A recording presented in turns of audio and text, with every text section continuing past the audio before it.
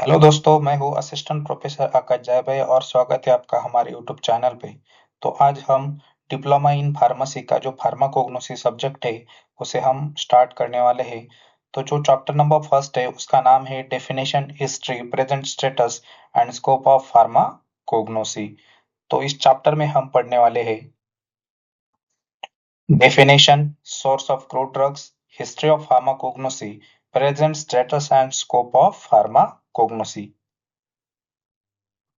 तो सबसे पहले हम देख लेते हैं डेफिनेशन ऑफ फार्माकोग्नोसी। तो इसमें डेफिनेशन में क्या है, जो कि क्रूड ड्रग है उसके कुछ कैरेक्टर है। देखिए, जो क्रूड ड्रग है उसके कुछ कैरेक्टर है, जैसे कि कैरेक्टर कौन से है, जैसे कि स्ट्रक्चर है, उसका फिजिकल है, केमिकल है और बायोलॉजिकल है। These are the four characters of crude drug. उसकी क्या करनी है, हमें स्टडी करनी है। ओके। और किसकी स्टडी करनी है? उस क्रूड ड्रग के हिस्ट्री की, मेथड ऑफ कल्टीवेशन की, कलेक्शन की and preparation for the market की। ओके। जितना मैंने बताया है सिर्फ उसी को याद रखो। जैसे कि क्रूड ड्रग है, उसके कुछ कैरेक्टर्स है। कैरेक्टर्स कौन से हैं? स्ट्रक्चरल है, फिजिकल है, केमिकल है और बायोलॉजिकल है। उस कैरेक्टर की हमें क्या करनी है? स्टडी। और किसकी स्टडी करनी है? हिस्ट्री की, मेथड ऑफ कल्टीवेशन की, कलेक्शन की और प्रिपरेशन फॉर दी मार्केट की। इसी को हम कहते हैं फार्माकोग्नोसी। और ये जो फार्माकोग्नोसी है, ये टू वर्ड से यानी कि दो वर्ड से डिफाइन हुआ है। तो वो दो वर्ड्स कौन से हैं? जैसे कि फर्स्ट वन है फार्मेकॉन और दूसरा है गिग्नोस्को। और फार्मेकॉन को हम क्या बोलते हैं? ड्रग। और गिग्नोस्को को बोलते हैं टू एक्वायर्ड नॉलेज, यानी कि ड्रग का नॉलेज लेना, इसे हम कहते हैं फार्माकोग्नोसी। उसके बाद हम पढ़ने वाले हैं सोर्स ऑफ क्रूड ड्रग, यानी कि ये जो क्रूड ड्रग्स है वो कहाँ से ऑब्टेन होते हैं, उसका सोर्स क्या है। तो क्या क्या सोर्स होता है क्रूड ड्रग का? फर्स्ट जो सोर्स है वो है प्लांट, दूसरा animal, third mineral, fourth marine and जो लास्ट है वो है माइक्रोबियल। प्लांट यानी कि जो भी क्रूड ड्रग प्लांट से ऑब्टेन होते हैं उसका सोर्स कौन सा होगा? प्लांट का सोर्स होगा।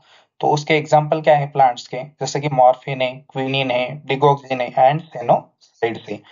और जो ड्रग्स एनिमल से सोर्स होते हैं और एनिमल से ऑफ्टेन होते हैं उसी को बोलते हैं एनिमल सोर्स। जैसे कि एग्जांपल है heparin, insulin, cod liver oil और भी हो सकते हैं शार्क लिवर ऑयल एक्सेट्रा।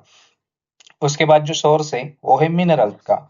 जैसे कि एग्जांपल है kaolin, calamine and sulphur. These are the source of minerals. And next जो सोर्स है वो है मराइन। तो मराइन से हमें कौन से क्रूड ड्रग्स ऑब्टेन होते हैं? जैसे कि एग्जांपल है अगार, कैरेजिनैन। उसके बाद है यहाँ पे हम सॉल्ट भी लिख सकते हैं कि जो सॉल्ट है वो हमें मराइन से ऑब्टेन होता है। उसके बाद है माइक्रोबियल, यानी कि माइक्रोब से हमें कौन से क्रूड ड्रग मिलते हैं। जैसे कि एग्जांपल है penicillin, streptomycin and cyclosporin. These are all are antibiotics. ये था सोर्स ऑफ क्रूड ड्रग। उसके बाद हम पढ़ने वाले हैं हिस्ट्री ऑफ फार्माकोग्नोसी। फार्माकोग्नोसी की क्या हिस्ट्री है, इसमें हम जानेंगे कि कौन से साइंटिस्ट का क्या क्या योगदान रहा है फार्माकोग्नोसी में। ओके। जो फर्स्ट साइंटिस्ट है वो है सीए सेडलर। जो हमने रेड किया है वो साइंटिस्ट का नाम है, और जो ये ब्लू दिख रहा है ये उनका काम है। जैसे कि फर्स्ट जो साइंटिस्ट है वो है सीए सेडलर। उनका क्या काम है? तो उन्होंने टर्म फार्माकोग्नोसी डिराइव्ड किया था। कब किया था? 1815 में। और वो जो उनका जो काम था वो था एनालिक्टा फार्माकोग्नोस्टिका। ये उनका रिसर्च पेपर था। और इनमें से ही उनको दो ग्रीक वर्ड मिले। पहला जो ग्रीक वर्ड था वो था फार्मेकॉन और दूसरा था गिग्नोस्को। उनको मिला के ये जो फार्माकोग्नोसी टर्म है ये डिराइव हुई है। उसके बाद जो साइंटिस्ट है वो थे हिपोक्रेटस। और Hippocrates is the father of medicine. Then अगले साइंटिस्ट है एरिस्टोटल। ये है एरिस्टोटल। और इनका जो काम है, ये थे एनिमल किंगडम की। एरिस्टोटल ने क्या किया? एनिमल किंगडम की स्टडी की है। उसके बाद है थियोफ्रेस्टस। ये है थियोफ्रेस्टस। और इन्होंने किसकी स्टडी की? तो प्लांट किंगडम की स्टडी की। उनके बाद है ये जो साइंटिस्ट है उनका नाम है डायोस्कोरेड्स। और इन्होंने दे मटीरिया मेडिका नामक बुक लिखा है। और इसमें क्या इंक्लूड है? Several plant of medicinal importance. ऐसे बहुत सारे प्लांट्स है जिनका मेडिसिनल इंपॉर्टेंस इसमें इंक्लूड है।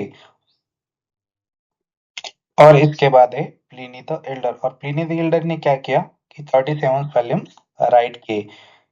उसके बाद जो साइंटिस्ट है उनका नाम है गैलन, और गैलन जो कि है फर्स्ट फार्मासिस्ट, उन्होंने हमें क्या दिया, गैलेनिकल फार्मेसी। और गैलेनिकल फार्मेसी में इंक्लूड है method of preparation containing active constituents of crude drugs, the branch of dealing with the extraction of plants and animals। किसी भी एक्टिव केमिकल कंस्टिट्यूएंट्स को निकालने के लिए जो कि एक्सट्रैक्शन प्रोसेस है, जैसे कि हम प्लांट से और एनिमल से जो भी एक्टिव केमिकल कंस्टिट्यूएंट निकालते हैं, उसके लिए जो एक्सट्रैक्शन मेथड है वो हमें किसने दिया, गैलन ने दिया। उसके बाद दो साइंटिस्ट थे, जो कि first one is Charak and second is Sushruta. तो चरक ने क्या किया, चरक संहिता लिखी, और सुश्रुता ने क्या किया, तो सुश्रुता संहिता लिखी। ये आयुर्वेद के डॉक्टर से और वैद्य है, जिसे हमें मेडिकल प्रैक्टिशनर भी बुलाते हैं। उसके बाद ये जो कि चैप्टर का लास्ट पॉइंट है, present status and scope of pharmacognosy. Pharmacognosy पढ़ने के बाद अभी उसका स्टेटस क्या है और आगे चल के उसका स्कोप क्या है। तो एरिया और रोल ऑफ फार्माकोग्नोसी, जैसे कि फार्मास्यूटिकल इंडस्ट्री है, इसमें फार्माकोग्नोसी का जो रोल है वो है source of active ingredient for medicine. दूसरा जो एरिया है वो है ट्रेडिशनल मेडिसिन, रोल है foundation of Ayurveda, Siddha and Unani. Third one is research and development, जिसका रोल है फार्माकोग्नोसी का drug discovery from natural compound. Then quality control, और उसमें रोल क्या है, standardisation and evaluation of crude drugs. Cosmetic industry में भी स्कोप है फार्माकोग्नोसी को, उसमें रोल क्या है फार्माकोग्नोसी का, herbal product for skin and hair and beauty. Then nutraceutical, natural supplement for health and wellness.